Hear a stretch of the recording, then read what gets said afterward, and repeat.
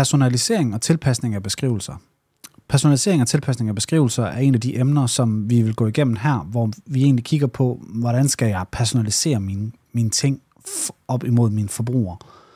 Og det kan man egentlig gøre på mange måder, fordi det er jo egentlig, hvordan man ønsker, at tekster skal skrives på en hjemmeside, og det har vi jo forskellige holdninger til alle sammen.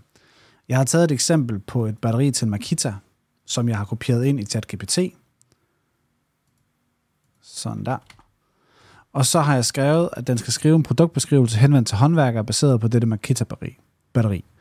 Og det gør jeg simpelthen fordi, at i det her tilfælde er håndværkeren min målgruppe, og det er dem, jeg ønsker at personalisere mit content hen imod. Også for at få en forståelse for, hvordan skriver den her tekst her til præcis den målgruppe. Og det den egentlig gør, det er, hvis I læser her, så siger den, optimer din arbejdsdag med det kraftfulde Makita genopladelige batteri. Det der avancerede batteri er designet specielt til håndværkere, der kræver pålidelig og langvarig energi til deres elektriske værktøjer. Uanset om du er professionel håndværker eller entusiastisk gør det selv person, vil dette batteri forvandle din arbejdsoplevelse. Så der får man noget kontekst omkring det her batteri. Man får at vide, at det er pålideligt, og det kan holde længe, og det er godt designet til en håndværker, men at en gør det selv person kan også bruge det. Så der rammer du 2 forskellige demografier.